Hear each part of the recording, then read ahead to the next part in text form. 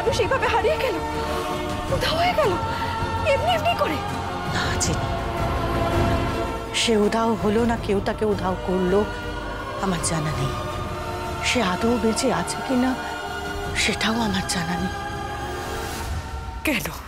চিনি তো কাল সকালে সূর্যোদয় দেখবে না, তার আগেই